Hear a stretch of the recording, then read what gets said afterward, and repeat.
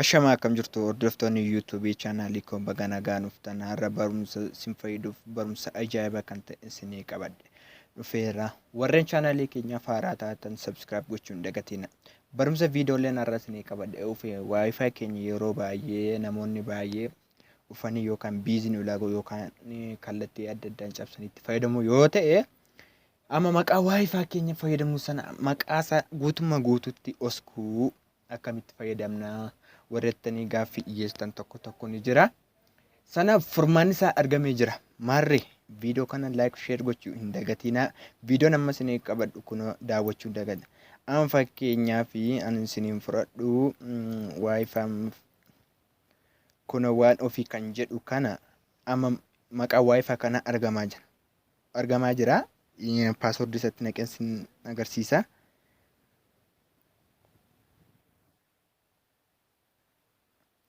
Kuno akkuma argitan kana waayifaa maqaa isaa itti gasheen jiraacha paaswoordii waayifaa sana.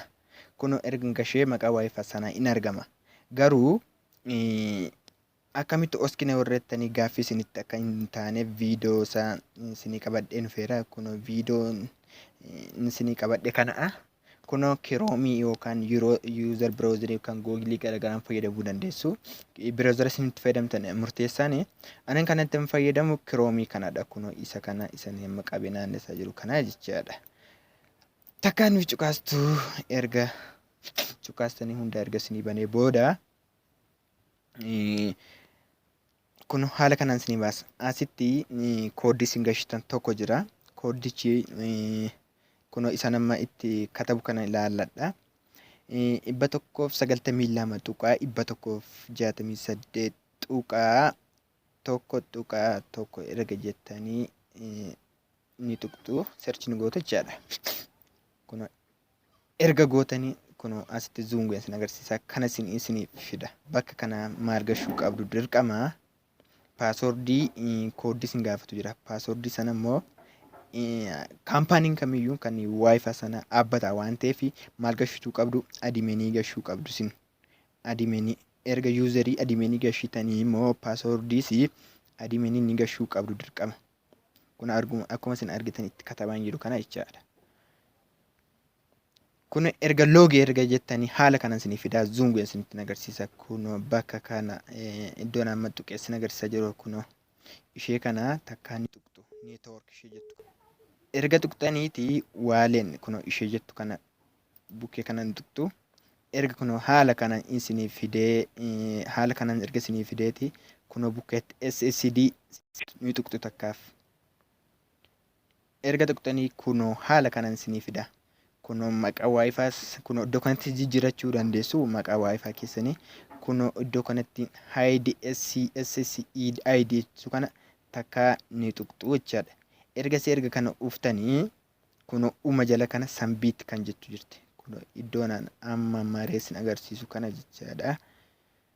Sambiit kun iddoo kana. Kun sambiit ergattanii booda waayifaan keessan guutummaa guutuutti kunoo neetwoorkii iddoo kana jiru ni badaa jechaadha. Erga badeetii amma guutummaa guutuutti maqaa waayifaan sun hin argamu jechaadha. Amma waayifaa koo takka cufeen banaa manni moobaalii koo qabatee taa'eera. Kun yeroof cufeen banaa.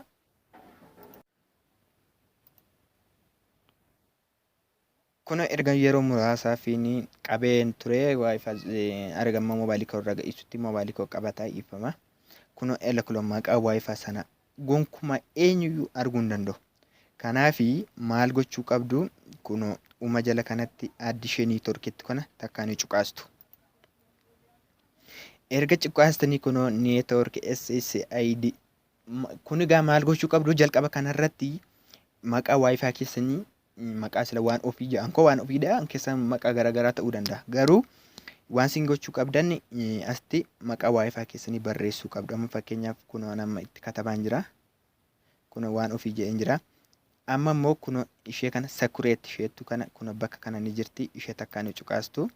Kun as kana gashitu wiippee isheettu kana ni gashitu takkaan cuqaastaa booda gadi isin harkisee intar paaswoordii kan jedhu isinii fida.